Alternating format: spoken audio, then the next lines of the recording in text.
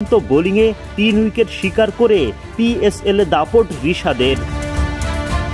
লাহোরের দেয়া 220 রানের লক্ষ্যে ব্যাটিংয়ে নামে কোয়েটা গ্ল্যাডিয়েটর্স। পাওয়ার প্লের প্রথম 6 ওভারে 4 উইকেট হারিয়ে কোয়েটা তোলে 62 রান। সপ্তম ওভারে অধিনায়ক শাহিন শাহ আফ্রিদি বোলিং আনেন রিশাদ হোসেনকে। মারকুটে মুডে থাকা রাইলি রুশোকে ভালোই সামাল দেন রিশাদ।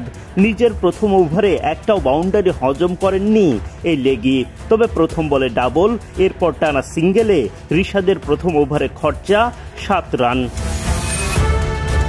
রিশাদ নিজের পরের ওভারে এসেই দেখান ভেলকিবাজি। শুরুতে রিশাদের বলে ছক্কা হাঁকিয়ে রুশো দাপট দেখালেও শেষ হাসি রিশাদের। ক্লিন বোল্ডে বিগ ফিশ রুশো, ধরা টাইগার লেগির জালে। আঙুল উঁচিয়ে রিশাদের উদযাপন। গ্যালারিতে তখন পাকিস্তানি ভক্তদের বাঁধ ভাঙা উল্লাস।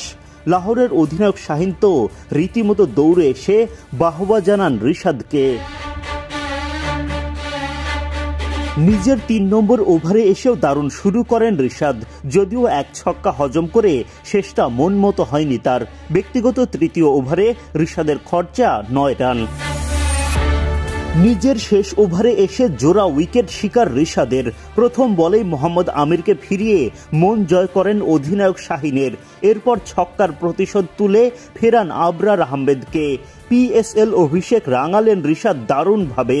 4 ওভারে 31 রান খরচায় শিকার করেন 3টি উইকেট।